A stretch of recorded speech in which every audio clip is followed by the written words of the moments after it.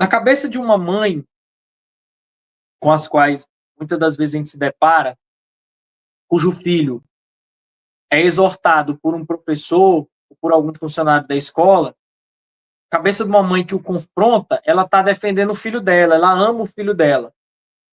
E amor, para muitas dessas pessoas, é fazer a vontade da criança e do adolescente, e não fazer o que é certo. A criança em casa já é acostumada a receber tudo que quer. Eu já vi, por exemplo, um bordão muito famoso que diz: eu vou dar para o meu filho e para minha filha aquilo que eu não tive. E quando se pensa nisso, só se pensa no campo material, não se pensa no campo intelectual, né? No campo espiritual. Eu vou ensinar o meu filho, vou dar para o meu filho na infância, na adolescência, aquilo que eu não tive, de formação moral, de formação espiritual. Né? Só se pensa no brinquedo, levar para uma viagem, em fazer as vontades. E as crianças crescem muito cheias de si, os pais vivem alienados. Eu lembrei, você falou aí não, eu quero dar tudo pro meu filho que eu nunca tive. Um conselho para você, papai e mamãe: se você quer dar para o seu filho algo que você nunca teve, siga o exemplo desse cara aqui, ó, Chesterton, no livro Ortodoxia. Tem esse livro, estou lendo. Tá vendo? Estou lendo. Quando ele vai falar na Elfolândia, terra dos elfos, né? Ainda não cheguei no capítulo. Que ele Eu estou no do 2, no começo, que ele fala que as pessoas, geralmente os loucos, são mais racionais. Eles tentam enxergar tudo do ponto de vista extremamente lógico e meticuloso. Aí ele vai falar, quando tu chegar nesse capítulo, ele vai falar que ele agradece muito a uma sacerdotisa, que iniciou ele nos mistérios da sabedoria. Aí quem foi essa sacerdotisa? Foi a minha babá, que lê para mim histórias de conto de fada. Sim. E C.S. Lewis fala também da importância dos contos de fada aqui, ó, sobre histórias, né? Não sei se tu já leu também. É fantástico esse livro sobre histórias.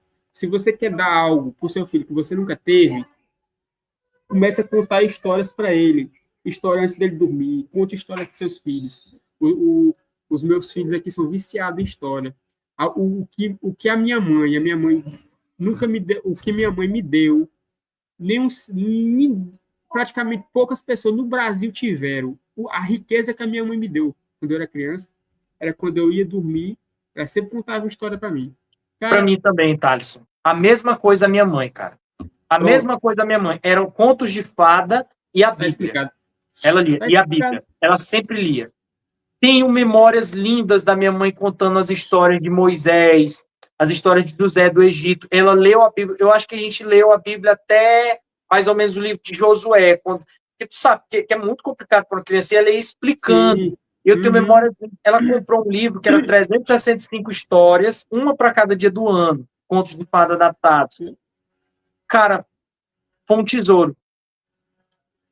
A maior riqueza, o conhecimento é a maior riqueza que você pode deixar para o seu filho. Vou dar celular, vou dar não sei o quê, vou dar uma bicicleta. Meu amigo. Televisão, videogame, computador.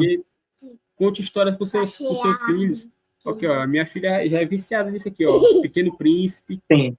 Conte história para os seus filhos, história da Bíblia, como falou o Caio aí. Minha mãe, nós éramos pobres, e a gente ainda é pobre hoje em dia. Mas minha mãe pegava, ela tinha uma mini biblioteca, ela não tinha uma biblioteca do tamanho da minha, não, mas ela tinha uma mini biblioteca, era uma mulher que gostava de ler, e era o maior tesouro que ela me deu. Se ela não me desse nada, se ela me espancasse todo dia, se ela me maltratasse, se ela me humilhasse todo dia, não importa, o que ela me deu vale mais do que qualquer coisa que você pode me dar, que é justamente contar histórias para mim. Né? O Chesterton disse, né, o Chesterton, ele era jornalista, não sei nem se ele era formado em alguma coisa, mas foi um dos caras mais geniais do século XX. Ele era o terror dos ateus, né? O grande apologeta, terror dos ateus. Os ateus corriam dele, se tremiam de medo quando encontravam ele.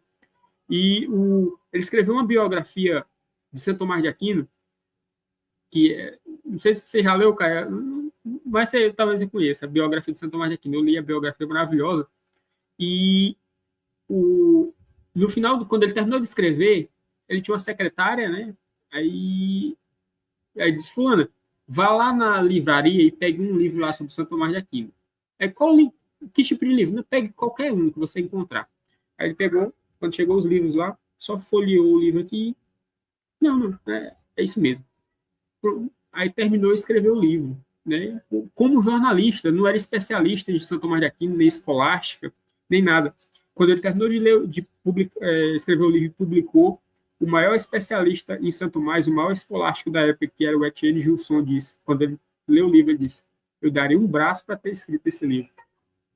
Um cara que não era nem especialista, e perguntaram para ele. Mas o Chesterton, ele tem uma agudeza de pensamento incrível. Thalisson, eu já li alguns textos esparsos dele e estou lendo Ortodoxia. Estou no início. Eu acho que eu estou no segundo artigo após a introdução. E eu fiquei bobo, cara, com a agudeza dele. No início do meu... Dizem que de inglês é ao nível altíssimo, é intraduzível. Eu não li em inglês, eu li em português. Eu estou lendo em português. Eu lembro, para tu ter uma ideia, o primeiro contato assim, mais profundo que eu tive com o Chesterton, quando eu comecei na minha trajetória de estudos, eu lia tudo, não tinha filtro. E havia um filósofo superstar chamado Slavoj Žižek, que é um filósofo marxista, e era uma super estrela por volta dos anos 2014, 2015, 2017. Hoje em dia ele sumiu mais. E que ele trabalhava muito a questão de cinema, né, de literatura, e ele era conhecido pelo senso de humor e as provocações dele. Eu vi os vídeos e comecei a ler o Zizek. Eu li uns 2 ou 3 livros dele, li A Visão em Paralaxe. Eu acho que não estou lembrado de um livro dele sobre o cristianismo, a interpretação cristã que ele tem, e um livro de entrevistas dele, e um livro chamado O Acontecimento, o Evento. E ele cita muito Chesterton, demais, né? E ele tem muito umas piadas, umas provocações, umas coisas, umas provocações bem agudas e sagazes. Piadas geniais, bem colocadas. Que chamam a atenção e que são inteligentes, muito inteligentes, que chamam a atenção. Que você pensa, rapaz, é verdade, eu nunca parei para pensar dessa maneira. E aí eu comecei a ler o Ortodoxia do Chesterton, eu pingo, ou o Zizek aqui, tá aí de onde foi que o comunista o marxista aprendeu, pegou o estro literário dele. O comunista, quando é bom, pega... Quando é bom. Cara, só que o Chesterton é ainda mais sagaz, ainda mais agudo, ainda mais incisivo, ainda mais preciso, tem uma voltagem, um estro literário mais rico que o dele, mais vivo, mais fresco. Eu li 2 artigos, li a introdução e 2 artigos do Ortodoxia, fiquei impressionado. Ele conta aquela história do barco, né, do cara que supostamente descobriu uma ilha nova, descobriu uma parte do mundo, e que comemorou, e algumas horas depois descobriu que era a terra em que ele já vivia, a ilha em que ele sempre viveu. Só que aquilo ali mudou para sempre, porque a realização do cara, aquele estado mental, aquilo ali deu uma experiência para ele, né? Aquilo ali agiu de tal maneira no espírito dele que aquela experiência não tem como ter sido incólume, por mais que tenha sido um engano. Fora isso, tem diversos outros detalhes, né, do Chesterton. Isso me lembra, sabe o quê? Isso me lembra o Hobbit. Hobbit lá e de volta outra vez. Não sei se tu leu o Hobbit. Não, eu nunca li. Infelizmente, eu tenho de ler O Senhor dos Anéis e o Hobbit. Li textos esparsos do Senhor dos Anéis, trechos, no caso, e gostei. Tenho de ler. Tenho os 2 primeiros livros aqui e ainda não os li, mas eu vou tirar um tempo para ler, porque é muita coisa para ler, meu amigo. Estou lendo a Bíblia, relendo a Bíblia agora de novo, na tradição do padre Manuel Matos Soares, com os comentários dele, né? Para pegar. E aí é muito complexo, né? Eu preciso de tempo para isso, e o tempo é muito curto. Essa história aí do barco, né, de você descobrir a ilha e o lugar onde você estava, é o Hobbit. O Hobbit praticamente desenvolve isso, né? Que lá, o Hobbit lá e de volta outra vez. Ele vai para uma jornada, uma aventura e volta, né? E você tem a riqueza nas suas mãos e você não... Mas o percurso te enriquece. O percurso te enriquece da busca. É fantástico. Isso. É, exatamente. Então, esse é o Não é maior o tesouro. resultado. Às vezes a pessoa não se liga no chamado no processo, né? Que se diz hoje em dia. Tem muito esse bordão. Valoriza o processo. E você fala aqui na página 41, até marquei aqui, é que aprender é um processo árduo, que as pessoas esqueceram. Hoje em dia todo mundo quer tudo fácil, né? Tem a inteligência artificial, tem o Google, Sim, sim, quer sim. quer tudo fácil. Eu me lembro que eu me recusava, quando eu estava no ensino médio, eu me recusava a usar uma calculadora. Eu me recusava porque eu tinha que fazer os cálculos, porque eu não queria habituar minha mente a ter que ficar recorrendo à calculadora. Não, se for uma coisa que tiver muito rápido, que eu tenho que resolver muito rápido, eu faço, né?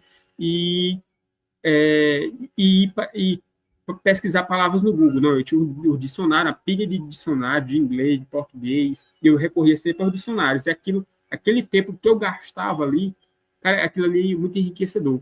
Né? Hoje em dia não, hoje em dia eu vejo o Google, vejo imagem, tudo, tem a ferramenta excelente. Uso calculadora também, excelente. Sim.